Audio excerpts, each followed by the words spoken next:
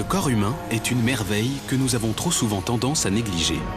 Pourtant, dans des situations extrêmes, il peut révéler des capacités vraiment étonnantes.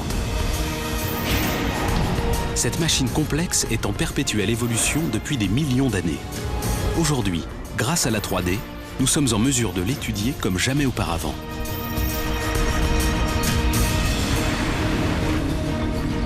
Au sommet de notre colonne vertébrale, quelques 1350 grammes de tissu cérébral contrôlent le moindre de nos mouvements. Notre cerveau travaille plus vite que n'importe quel ordinateur. Il traite quelques 100 000 milliards d'instructions par seconde. Mais pour sauver nos vies, il est aussi capable de ralentir le temps, de nous dire quoi manger et même de puiser dans nos muscles. Pendant notre sommeil, son pouvoir est décuplé. Notre cerveau prend même le contrôle de notre musculature et dirige nos vies quand notre corps atteint ses limites.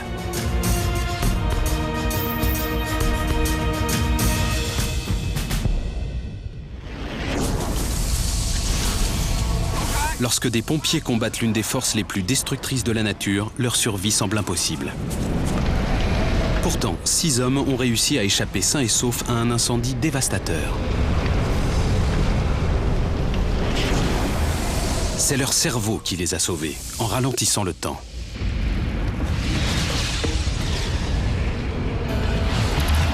La foudre a déclenché un incendie à Little Venus, dans le Wyoming. Lors d'une mission de routine, Ryan Jordan et son équipe viennent s'assurer que le feu est maîtrisé. On sera là dans 2 heures environ. Terminé. Mais le feu ne faiblit pas.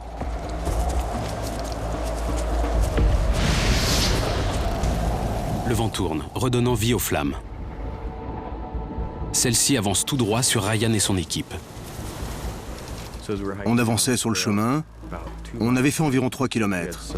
Les communications radio étaient mauvaises, mais on avait compris que le vent avait repris et que l'incendie commençait à embraser le canyon. N'importe quel pompier aurait senti le danger. Je répète, ceci est une alerte. Le vent est en train de tourner. Il souffle maintenant vers le sud-ouest. Il pourrait venir droit sur vous et il avance vite. Partez! À l'annonce du danger, le cerveau de Ryan prend le contrôle. Au cœur de cet organe, 2 parties mesurant chacune 2,5 cm de diamètre constituent le centre de contrôle. C'est lui qui commande notre réflexe de lutte ou de fuite inscrit dans nos gènes. Demi-tour! Il nous permet d'agir sans réfléchir.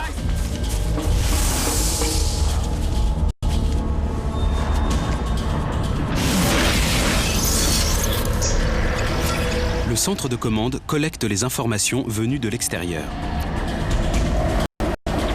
Normalement, ces données sont transmises vers le centre de la réflexion pour y être analysées. Mais en situation d'urgence, le centre de commande agit différemment. Il émet des signaux vers des zones voisines qui constituent le centre de réaction au danger. Sans même réfléchir, le cerveau des pompiers leur ordonne de fuir. En l'espace d'1 seconde, ils ont détalé.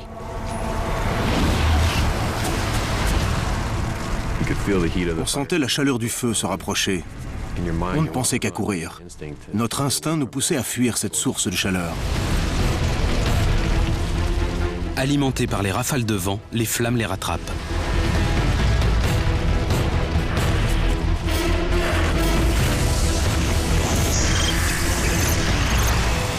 Dans le cerveau des pompiers, le centre de réaction au danger se met en marche automatiquement. Il ordonne la libération d'un stimulant naturel puissant, l'adrénaline. Leur rythme cardiaque s'accélère. Il nous rattrape! Dépêchez-vous! Le sang abandonne temporairement des tâches non essentielles, comme la digestion, pour affluer vers des parties du corps indispensables à la survie dans cette situation. Le sang remplit d'énergie et d'oxygène les muscles des pompiers. Rassemblant toutes leurs forces, les pompiers courent pour échapper à l'incendie, mais ce dernier est plus rapide. Les hommes sont sur le point de s'écrouler. Toutefois, leur cerveau fonctionne à plein régime. Alors qu'il semble être trop tard, le cerveau humain n'a pas dit son dernier mot.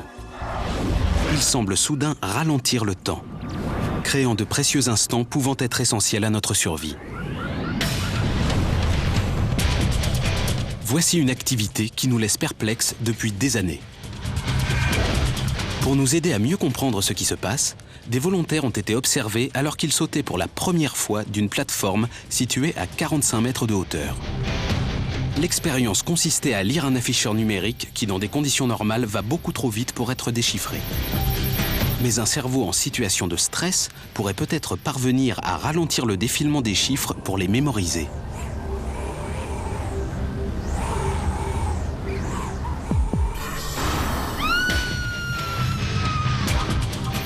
Pour tous, la descente a semblé presque 2 fois plus longue qu'elle ne l'était réellement. Et, chose incroyable, certains sont parvenus à lire les chiffres défilant à toute vitesse.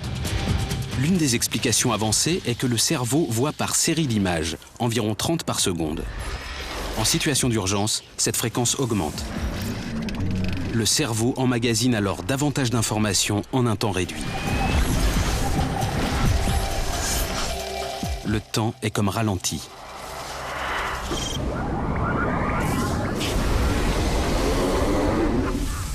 Alors que les flammes se rapprochent, le cerveau des pompiers observe à vitesse maximale. Les secondes paraissent des heures, ce qui leur permet de chercher une solution. On dirait que les événements se produisent au ralenti. On a le temps de réfléchir et pourtant tout se passe en à peine quelques secondes. Doit-on courir, remonter le canyon, utiliser les abris anti-feu? Le temps ainsi ralenti, l'équipe peut évaluer la situation. Plus vite les gars! Ils décident de se mettre à l'abri. Allez! Juste à temps. On entend le feu et on le sent se rapprocher. On sait qu'on ne pourra pas aller plus loin. On espère juste que l'abri anti-incendie va nous sauver la vie. On ne peut pas croire ce qui arrive. Répondez! Parlez-moi! Accrochez-vous!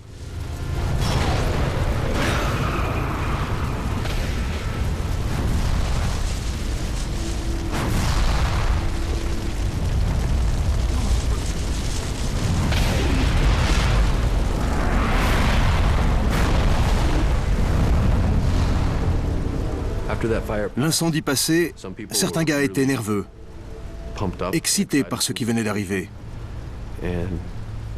D'autres restaient silencieux, comme en état de choc. Ils se demandaient comment ils avaient réussi à s'en sortir. Une photo aérienne indique la dernière position de l'équipe.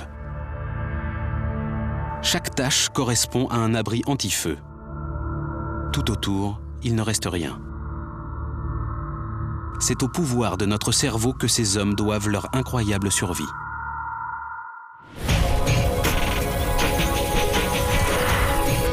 Chaque décision part de notre cerveau, même ce que nous croyons choisir de manger.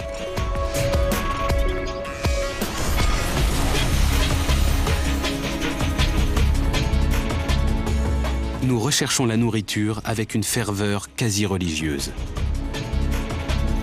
allant même jusqu'à manger des choses qui nous rendraient malades en temps normal. Quand la nourriture vient à manquer, notre cerveau prend le pouvoir. Une masse de tissu de la taille d'une noix commande notre envie de manger. On commence tout juste à comprendre ses nombreuses fonctions. Aucun organe n'est plus affamé que le cerveau. Il consomme près d'1/5 de l'énergie que nous emmagasinons. Mais le centre de l'envie satisfait les besoins en nutriments, dont les vitamines et les minéraux, de l'organisme tout entier. Et si ce dernier vient à manquer de quoi que ce soit, le cerveau nous fait faire des choses incroyables pour combler le vide. C'est ce qu'a appris le navigateur Steve Callahan. Le bateau de Steve a sombré, le laissant seul à la dérive. Seul un miracle pouvait le sauver. Je me trouvais en plein milieu de l'océan Atlantique. Je savais qu'il y avait peu de chances de voir arriver des secours. Mes chances de survie étaient quasi nulles.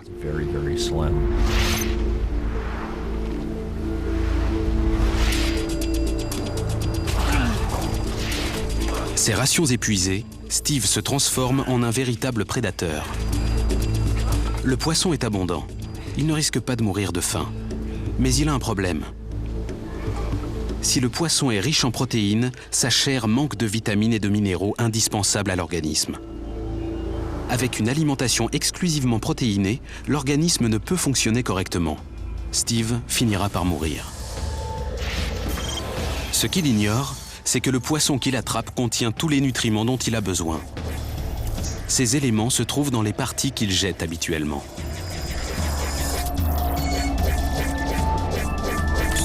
Alors qu'il est de plus en plus faible, Steve se surprend à avoir des goûts pour le moins étranges. La chair du poisson m'attirait de moins en moins.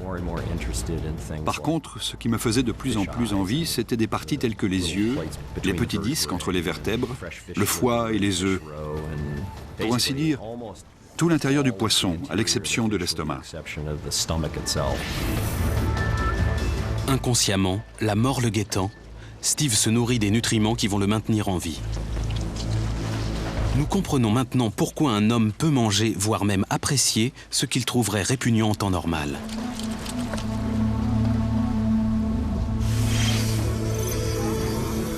Repérant les carences dans l'alimentation de Steve, le centre de l'envie déclenche chez lui un besoin irrépressible de manger, le poussant à avaler n'importe quoi pour assouvir sa faim.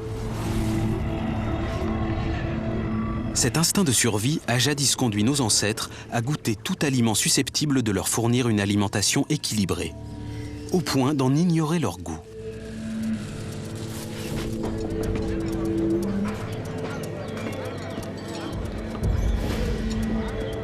Pour éviter d'être mangé, le piment rouge a développé un goût que les animaux ne peuvent supporter. Il provient d'une substance chimique qui cause une sensation de brûlure dans la bouche. Pourtant, nous en mangeons. Notre cerveau sait que notre survie dépend parfois du dépassement de nos limites.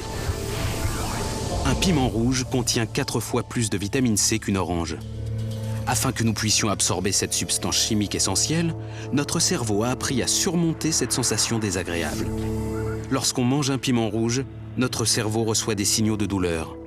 En réponse, le cerveau libère des endorphines. Ces analgésiques naturels procurent une sensation de plaisir. La brûlure causée par le piment rouge active le centre de l'apprentissage. Il mémorise le fait que malgré son goût terrible, le piment rouge est riche en nutriments et source de plaisir. Si on parvient à s'habituer à la brûlure initialement provoquée par le piment rouge, les endorphines procurent ensuite une sensation agréable. Les gens s'habituent donc à manger des aliments qu'ils ne sont pas censés manger, tels les oignons ou l'ail. Pour que Steve Callahan continue de manger ce dont son organisme a besoin, son cerveau utilise une tactique similaire. Déclenchant une sensation de plaisir chaque fois que Steve assimile les nutriments nécessaires, son cerveau transforme les parties du poisson qui le dégoûtaient autrefois en denrées succulentes. C'est comme si mon corps me répétait « Tu as besoin de ça physiquement » et changeait ma façon de voir les choses. Je ne mangeais pas du foie de poisson parce qu'il le fallait, mais parce que je pensais que ça ferait un excellent dessert. Steve Callahan sera secouru après 76 jours de dérive. Guidé par son cerveau, il a sauvé sa propre vie et a su rester en bonne santé grâce à son alimentation.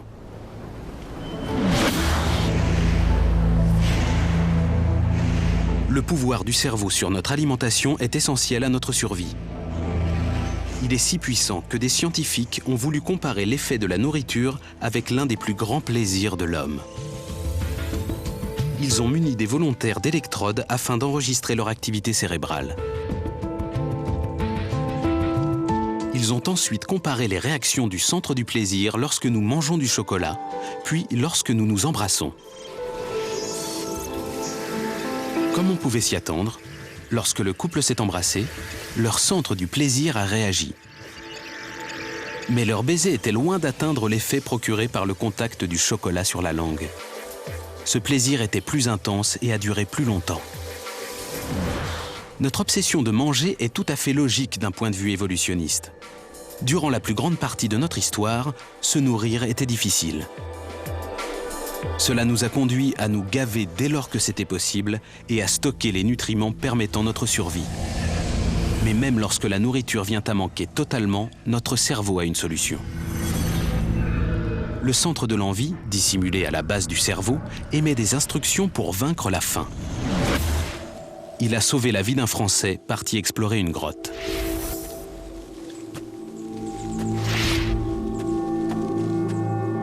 Ce qui devait être une journée d'aventure souterraine est devenu la pire épreuve de sa vie.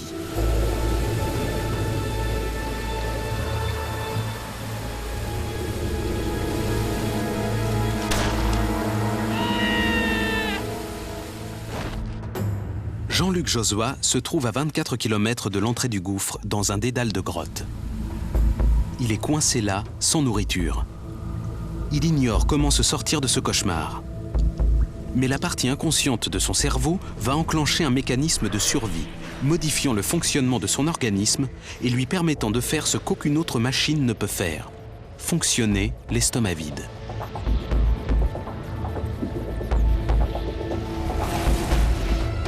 Chez les animaux, cette partie du cerveau s'est développée au temps des dinosaures avant que les mammifères existent. Elle est programmée pour surmonter la faim.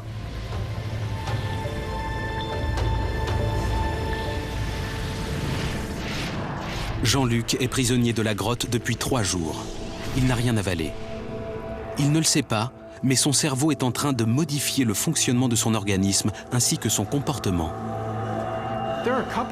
2 ou 3 régions de l'hypothalamus, la partie centrale du cerveau, régulent la manière de s'alimenter ainsi que la faim. Elles nous conduisent à rechercher la nourriture, à manger quasiment n'importe quoi pour essayer de ne pas mourir de faim.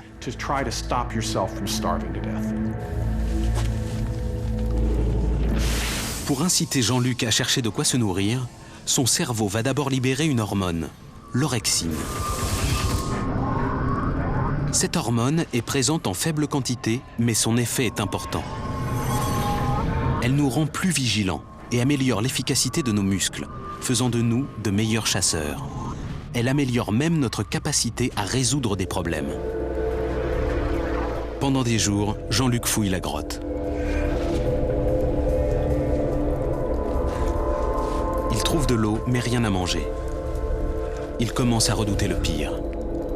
Toujours, ma hantise, c'était comment ça allait se passer les derniers jours ou les dernières heures avant de mourir. C'était une grande question, ça. Comment j'allais mourir. Est-ce que c'était du froid ou de la faim Ça a été une question que j'avais toujours en tête. Sûr de mourir, il enregistre un message.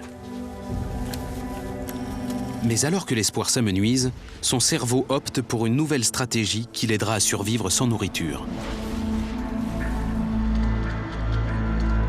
Ses réserves d'énergie épuisées, son organisme va fonctionner de manière encore plus efficace. Il va ralentir. Ses muscles consomment à présent moins d'énergie, tout comme ses organes internes. Les nouvelles cellules se développent plus lentement. Ce qui n'est pas essentiel, les ongles des mains, des pieds, les cheveux poussent à peine. Jean-Luc entre dans un état de survie, celui-là même qui permettait aux animaux affamés de rester en vie jusqu'à ce qu'ils trouvent de la nourriture. Ce programme minimum, qui entre en action lorsque nous avons atteint nos limites, pourrait avoir des implications plus importantes. D'après certains, il pourrait nous permettre de vivre plus longtemps. Lors d'une étude récente, des chercheurs ont comparé des rats à moitié affamés à d'autres nourris normalement. Étrangement, moins les rats mangeaient, plus ils vivaient longtemps. L'espérance de vie de certains rats a même doublé. S'appuyant sur cette découverte, certaines personnes ont réduit de manière significative leur apport alimentaire dans l'espoir de vivre plus longtemps. Un adulte américain moyen consomme près de 4000 calories par jour. Brian Delaney n'en consomme que la moitié. Avec cette restriction calorique, il espère berner son cerveau et rester en programme minimum. Actuellement, je consomme environ 1950 calories par jour.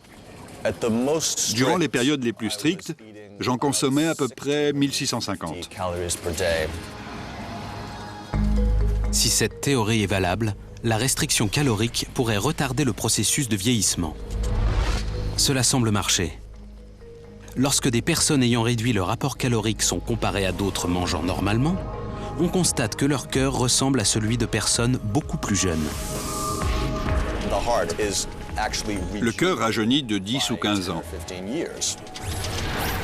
On sait que la restriction calorique retarde le vieillissement et peut même aller jusqu'à entraîner un rajeunissement. Réduire son apport alimentaire pourrait permettre à des personnes comme Brian de vivre plus longtemps. Pour l'instant, c'est grâce à son cerveau affamé que Jean-Luc Josua reste en vie. Mais il n'a rien mangé depuis 3 semaines. C'est plus que son métabolisme, même ralenti, ne peut supporter. Le cerveau de Jean-Luc adopte alors le plan de la dernière chance. Il ordonne à son organisme de se nourrir de lui-même. Une hormone de son cerveau envoie des signaux au foie, déclenchant alors la libération de substances chimiques. Ces substances chimiques ont déjà décomposé les graisses de son corps. Elles vont à présent s'attaquer aux protéines, les muscles de Jean-Luc, l'ultime source d'énergie. Chez un individu moyen, non obèse, 130 000 à 160 000 calories sont stockées sous forme de graisse. Seulement 54 000 calories sont stockées dans les muscles. Et seulement la moitié de ces 54 000 calories sont susceptibles de fournir de l'énergie. Car l'organisme a besoin de l'autre moitié pour fonctionner et rester en vie. En d'autres termes, une fois que l'organisme a consommé la moitié de ses cellules musculaires, la partie est terminée. Mais un cerveau assoiffé d'énergie n'en a que faire. Il ira jusqu'à puiser dans ses cellules cardiaques pour assurer sa survie. Vous devez vous nourrir des protéines de votre corps, au sens propre du terme, pour pouvoir produire le glucide indispensable au cerveau et aux globules rouges. Miraculeusement, la stratégie à haut risque adoptée par son cerveau est récompensée. Après 35 jours passés dans la grotte, les sauveteurs découvrent Jean-Luc à moins de 200 mètres de l'entrée. Cette épreuve lui aura fait perdre plus de 18 kilos de graisse et de muscles, mais son cerveau est intact. Maintenant, avec le recul, je pense que l'instinct de survie, on l'a tous. Mais seulement, il n'y a que le jour où on est confronté à une situation comme ça qu'on découvre cet instinct de survie. Notre cerveau a élaboré de nombreuses stratégies ingénieuses pour nous maintenir en vie lors de situations critiques. Il en a tout autant pour nous permettre de faire face à la vie quotidienne. Surtout si vous passez vos journées au volant d'un bolide à plus de 300 à l'heure.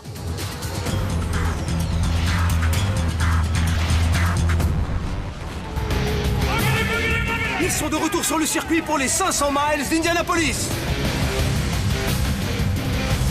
Notre cerveau travaille en permanence, assimilant une multitude d'informations.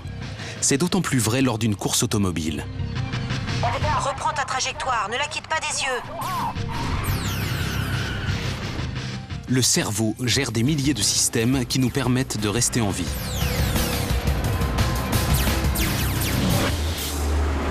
Il doit fonctionner plus vite que n'importe quel ordinateur et traiter quelques 100 000 milliards d'instructions par seconde.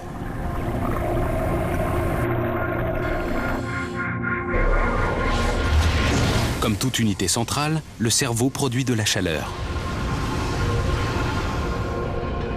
S'il ne refroidissait pas, il risquerait une surchauffe, sa température interne augmentant d'1 degré toutes les 5 minutes. 10 minutes sans refroidissement et le sujet est désorienté. Au bout de 20 minutes, des dommages irréparables peuvent survenir. Au bout de 50 minutes, si la température du cerveau a augmenté de 10 degrés, c'est la mort. Puisque notre cerveau contrôle tout le reste, il doit avant tout se protéger. Peu de situations mettent autant à l'épreuve le système de refroidissement du cerveau qu'une course automobile, avec la chaleur étouffante qu'elle dégage. Une fraction de seconde d'hésitation et la course est perdue. Rester calme est essentiel si l'on veut garder la tête froide et conserver son sang-froid. C'est comme un moteur. Si on ne le refroidit pas, il surchauffe et finit par exploser. Nous, on perd la course. On n'explose pas, mais on pilote mal quand on a chaud.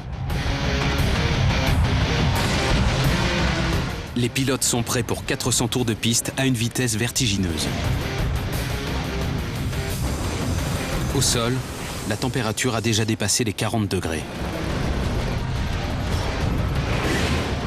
À l'intérieur de ces bolides de 850 chevaux, elle est encore pire. Les conditions sont difficiles pour les pilotes. Ils génèrent eux-mêmes de la chaleur rien qu'en pilotant leur bolide et en freinant. À cela s'ajoute la chaleur dégagée par les tuyaux d'échappement sous le plancher. Les températures grimpent facilement jusqu'à 50 degrés, voire 60 à l'intérieur. À de telles températures, le cerveau a recours à des moyens sophistiqués pour ne pas surchauffer. Le système de refroidissement de notre organisme fonctionne comme celui d'une voiture. Un radiateur refroidit l'eau qui circule dans le moteur. De l'air arrive par l'avant de la voiture et circule à l'intérieur du radiateur. De l'air circule également au-dessus des pièces mécaniques et sur le reste du moteur, lui permettant ainsi de refroidir.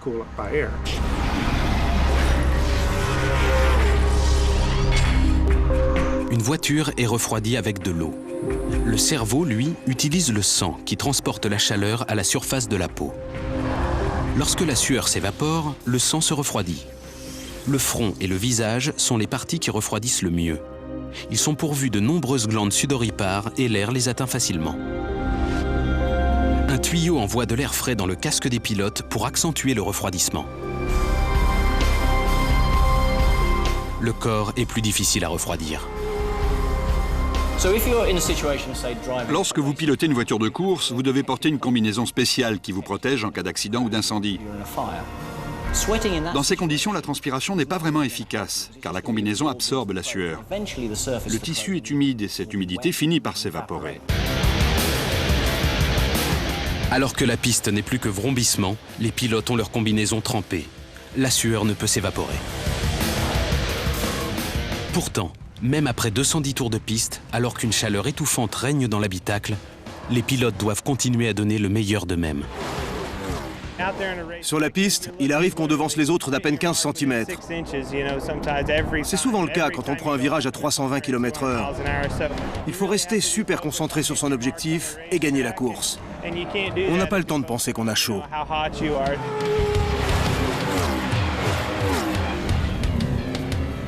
On ignore encore en partie comment le cerveau parvient à maintenir une température correcte dans de telles conditions.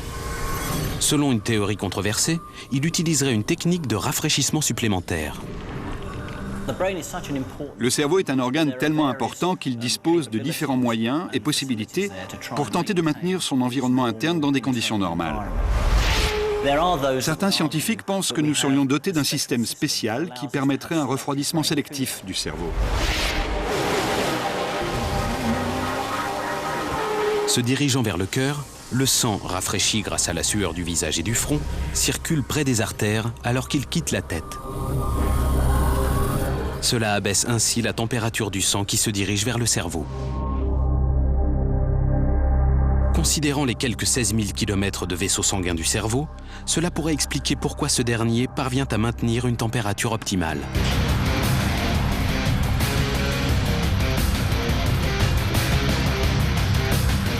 Après 5 heures et 965 km, les pilotes franchissent la ligne d'arrivée, toujours au maximum de leur concentration.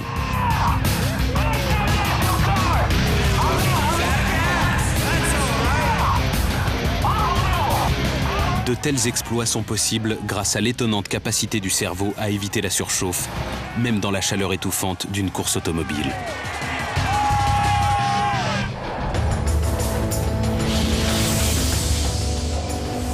De tous les mystères du cerveau humain, le plus grand entoure notre sommeil.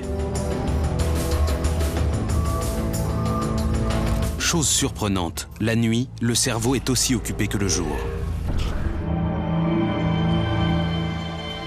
Minuit, dans une banlieue de Californie. La plupart des habitants dorment à point fermé.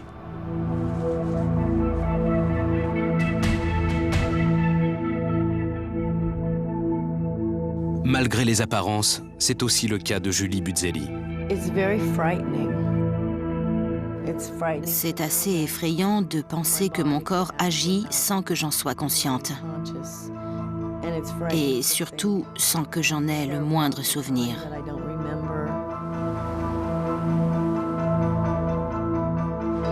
Julie Buzzelli est somnambule. Le somnambulisme est l'un des phénomènes étonnants qui touchent le corps humain durant le sommeil. De toutes les activités cérébrales, le sommeil est la plus mystérieuse. Nous passons un tiers de notre vie à dormir.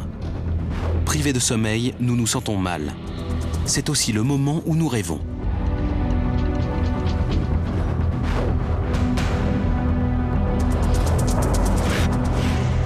Pour beaucoup, dormir peut sembler une perte de temps. Alors, à quoi sert le sommeil ? On se pose la question depuis bien longtemps. Autrefois, on pensait que l'on dormait pour éviter d'avoir sommeil. Mais on sait aujourd'hui que le sommeil est un besoin physiologique vital. Sans nourriture, sans eau et sans air, on meurt. Sans sommeil aussi. Lorsque nous dormons, nous semblons passifs et immobiles.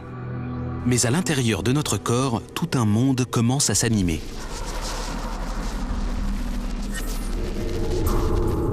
Alors que nous nous laissons gagner par le sommeil, notre corps commence à se détendre. Nos muscles se relâchent. Notre rythme cardiaque ralentit. Notre respiration devient plus lente et régulière. Mais notre cerveau redouble d'activité lorsque nous dormons. Tout au long de notre vie, les millions de cellules de notre cerveau envoient des signaux. L'activité électrique dans notre cerveau forme alors des ondes, les ondes cérébrales. Elles nous servent à mesurer l'activité cérébrale. On pourrait penser que ces ondes cérébrales disparaissent lorsque nous dormons. C'est le contraire qui se passe. Notre activité cérébrale est plus intense au repos qu'en période d'éveil. Le sommeil est un état de conscience altéré. On croyait autrefois que le sommeil était un processus inactif. On sait aujourd'hui que c'est au contraire un processus très actif à la fois pour le corps et l'esprit. Chaque nuit, notre sommeil suit un cycle régulier. Les ondes cérébrales évoluent de manière prévisible suivant les phases du sommeil. La première phase est une phase transitoire. C'est un peu comme changer de vitesse sur une boîte de vitesse manuelle. Cette phase ne sert qu'à nous préparer à la deuxième. En quelque sorte, on prend son élan pour aborder les différentes phases du sommeil. Les phases 1 et 2 correspondent aux phases de sommeil les plus légères. Les ondes cérébrales sont à peine plus lentes que lorsque nous sommes éveillés. Plusieurs fois par nuit, notre cerveau connaît un changement radical lorsque nous abordons la troisième phase d'un cycle de sommeil. C'est la phase de sommeil la plus profonde. Les ondes cérébrales sont alors très lentes, avec une amplitude élevée. Si vous réveillez le sujet durant cette phase, il sera extrêmement groggy et désorienté.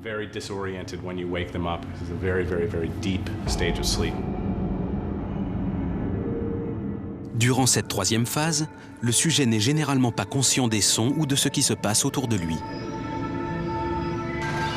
Pourtant, étrangement, c'est aussi le moment où certaines personnes, comme Julie Buzzelli, connaissent une crise de somnambulisme. Je me couche et environ une demi-heure plus tard, je suis debout en train de me promener. Ça dure à peu près 3 heures. De l'intérieur, le somnambulisme est aussi déroutant que de l'extérieur. Comme ses yeux sont grands ouverts, Julie semble éveillée. Mais son activité cérébrale est aussi lente que si elle était plongée dans le coma.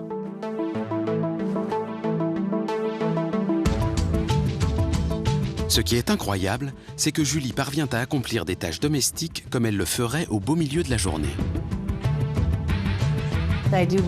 Je fais toute ma lessive, je plie bien le linge, je le pends sur des cintres. Je fais tout comme si j'étais éveillée. Mais lorsque je me lève le lendemain, je n'en ai aucun souvenir. Le somnambulisme nous prouve que des forces étranges et puissantes entrent en action dans notre esprit et notre corps lorsque nous dormons.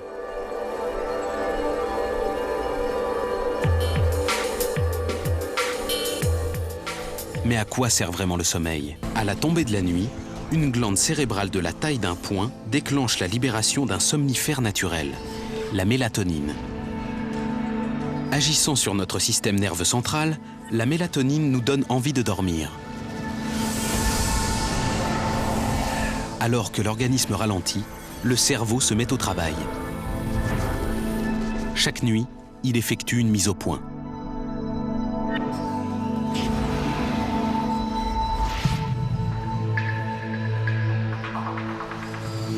Les cellules cérébrales actives toute la journée s'arrêtent afin d'être réparées. Des substances chimiques procèdent alors au nettoyage. De nouvelles cellules se développent dans certaines régions du cerveau. Sans ce service de diagnostic et de réparation interne, le cerveau ne pourrait maintenir son niveau de performance. Si nous restons trop longtemps éveillés, notre cerveau nous met hors fonctionnement, quelles qu'en soient les conséquences. C'est ce qui est arrivé à l'explorateur David Empleman Adams, alors qu'il tentait de battre un record pour atteindre le pôle Nord en ballon.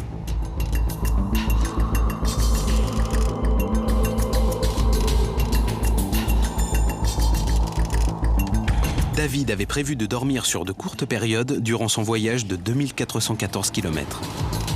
Mais il n'a pas respecté son programme. Les premiers jours, tout se passait très bien. L'adrénaline était présente. En général, je me débrouille plutôt bien les premiers jours. Après 48 heures sans dormir, la région cérébrale impliquée dans la réflexion est la première à faiblir. Le deuxième, puis le troisième jour, j'ai commencé à faire des erreurs stupides.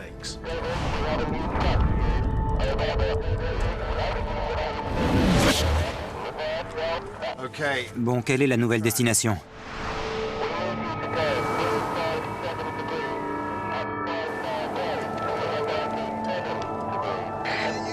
Vous allez trop vite, vous pouvez répéter? Lorsque j'appelais le poste de commande qui m'indiquait la direction à suivre, je répétais ce qu'il me disait au moins 3 ou 4 fois pour être sûr d'avoir bien compris. Il me répondait « Mais non, vous êtes stupide ou quoi ?» Je crois qu'on ne se rend pas compte de l'affaiblissement de ses performances. Notez-le, David. Cela fait maintenant 72 heures que David lutte contre le sommeil, l'empêchant ainsi d'accomplir les réparations nécessaires. Pressentant une crise, son cerveau essaye de limiter les dégâts. Il stoppe les zones non essentielles au fonctionnement vital de l'organisme, parmi lesquelles la région impliquée dans la réflexion, le siège de la logique. David commence bientôt à divaguer. Quand on est très fatigué, on a tendance à se parler à soi-même. Le pire, quand on est fatigué, c'est de se sentir désorienté. Je me souviens d'avoir parlé au canard en plastique que j'avais emmené. J'aurais pu parler à n'importe quoi. Dis bonjour. Bonjour. 88 heures se sont écoulées et David est toujours éveillé. Pour éviter des dommages irrémédiables, son cerveau le met hors fonctionnement. David s'évanouit. Dans une situation extrême, si vous manquez de sommeil, votre cerveau va vous mettre hors fonctionnement. Votre vie aura beau être menacée à cet instant précis, si votre cerveau a un réel besoin de sommeil, il vous mettra KO. Le ballon commence à perdre de l'altitude. Même s'il est endormi, David n'est pas sans défense. Lorsque nous dormons, la partie de notre cerveau qui entend reste vigilante. C'est la raison pour laquelle un radio-réveil ou tout autre bruit nous tire du sommeil. Lorsque nous nous endormons, nous restons vigilants et attentifs au monde extérieur. Notre cerveau reste en marche et nous savons ce qui se passe. Lorsque le ballon descend en dessous de 2750 mètres, l'alarme du pilotage automatique se déclenche. David est réveillé en sursaut par son centre de réaction d'urgence. Groggy, son premier réflexe est de fuir ce bruit stressant en enjambant la nacelle. En pleine nature, cet instinct de survie pourrait vous sauver la vie. Mais à plusieurs milliers de mètres d'altitude, il peut s'avérer désastreux. Après cette fraction de seconde durant laquelle j'ai réalisé où j'étais en voyant les nuages au-dessous, j'ai réintégré la nacelle. Je me souviens que tout mon corps tremblait. Mes genoux s'entrechoquaient. Ce jour-là, j'ai bien failli me tuer. L'assoupissement bref mais profond de David a suffi à le remettre sur pied.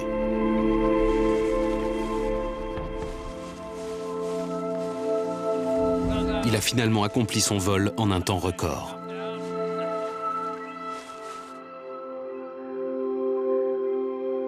Ça m'a permis de comprendre à quel point dormir est vital. Sans sommeil, on meurt. On ne meurt pas parce qu'on n'a pas dormi. On meurt parce qu'on fait une erreur qui va causer un accident. C'est ce que m'aura appris cette expédition.